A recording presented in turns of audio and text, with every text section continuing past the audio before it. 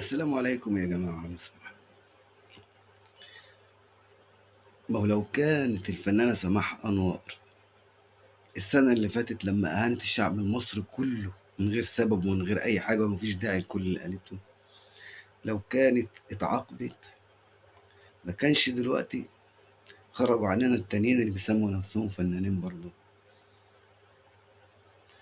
لما محمد رمضان لو كان يتعاقب لما أهان العلم المصري وهو لابس قميص نو في أمريكا، بيفضحنا في أمريكا.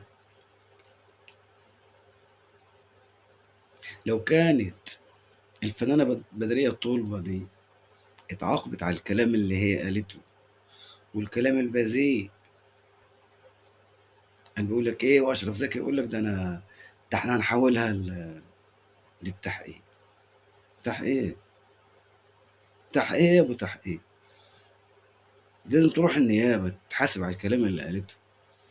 تقول لك احنا بنشرف المصريين، انتوا بتشرف المصريين فين؟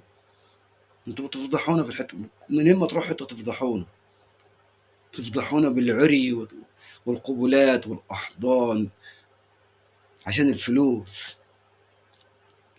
لو كان دول اتعاقبوا ما كانتش طلعت الفنانه مها، مش عارف مها ايه كده، والله ما انا عارف اسمها مها ايه، قالت برضه نفس الكلام. احنا اسياد البلد واحنا اللي بنشرفكم بره واحنا انتوا غيرانين وانا اي حاجه بكل تقولها بكل وضوح، اي حاجه فيها فلوس هعملها، اي حاجه فيها فلوس هعملها. اه انا نفسي اروح الخليج ونفسي اروح عندي شيخه مش مشايخ ايه ده ايه ده؟ لما تروحي مين اللي هيشك؟ بس ما تقولوش احنا بنمثل الشعب المصري وان احنا بنشرف الشعب المصري. اقسم بالله انتوا ما بتشرفوا حد، انتوا بتهينوا الشعب المصري، انتوا بتهينوا الشعب المصري. لما الفنان محمد رمضان يهين العلم المصري في امريكا، العلم المصري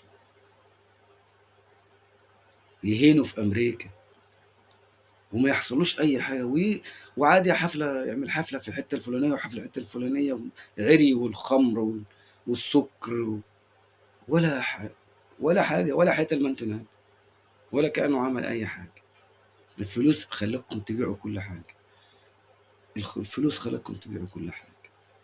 بس في الاخر انا هقول كلمه واحده بس، كلمه واحده: من امن العقاب اساء الادب. بس